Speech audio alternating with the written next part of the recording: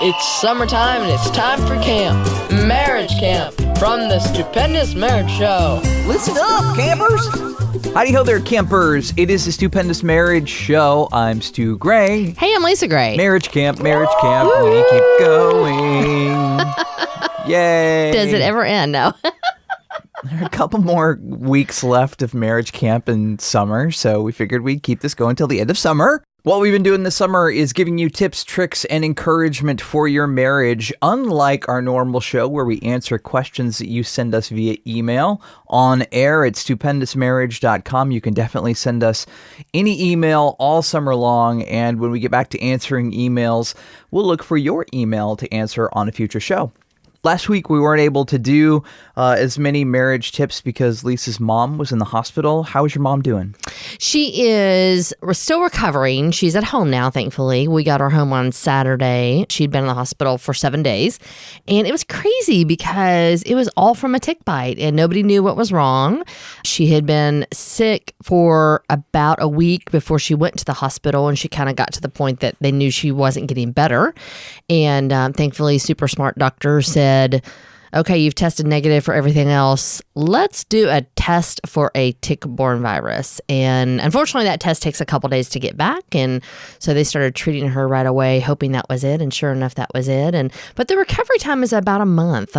She'll deal with just fatigue and nausea and all that stuff. So if you can continue to pray for her. We got several emails. So thankful for you guys praying. And sorry we missed out on last week, but I was literally either at the hospital, sleeping here, or eating food. Yeah, I mean, that's all I did for 7 days. Yeah, it was just a crazy week for all of us. So glad that she's doing better. This week, we're talking about the teamwork badge, working together as a team and really being intentional with the time that you have together as a couple and a family. Last summer, I heard a really, really great idea from a friend, and I honestly will say I have not implemented it very well, especially not this summer. Last summer, I did a little bit better. We're all kind of busy in the summer, especially if you have kids and they're at home, and about this time of the summer, halfway through, they're usually like, oh, what are we doing now? And it's really easy with work and travels to just forget about the local fun that you can have and the memories that you can make. And so she did a Friday fun day. Every Friday, they would do something really unique, like go ice skating or hiking down by a park or drive 2 hours to another city and go on a tour. Or just really took that day out on Fridays. And she would let the kids actually participate in what they were going to do. Like, hey guys, all right, what do we want to do next Friday? Do we want to do this, or this? And they could help decide what kind of fun memories they were going to make. And I always just thought that was so cool because it makes you slow down and intentionally make memories together. I love that. I literally just got an email a couple days ago from a company, and the title was Simple Ideas for Bringing Your Family Together. And it's 60 of these ideas, just simple little things. I mean, from hide and seek to going outside, looking at the stars, looking for bugs together, flying a kite in a park, listening to an audiobook together. I mean, they give different categories. We'll put this link to the show notes, but it's just deciding those little things together as a family to make memories.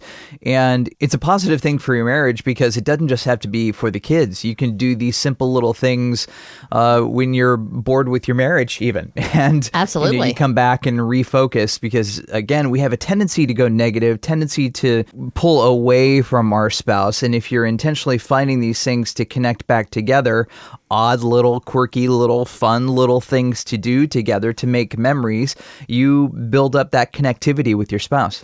Like this summer, for instance, it's very funny. We have done trivia at restaurants in our area. There's some restaurants that do trivia once a week, and we've had so much fun just doing trivia. I'm not very good at trivia.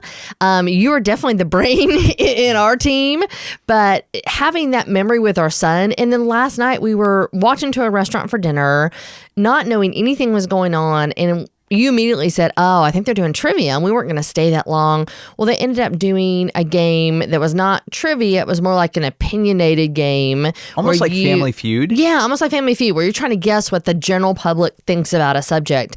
And we got first place. We won.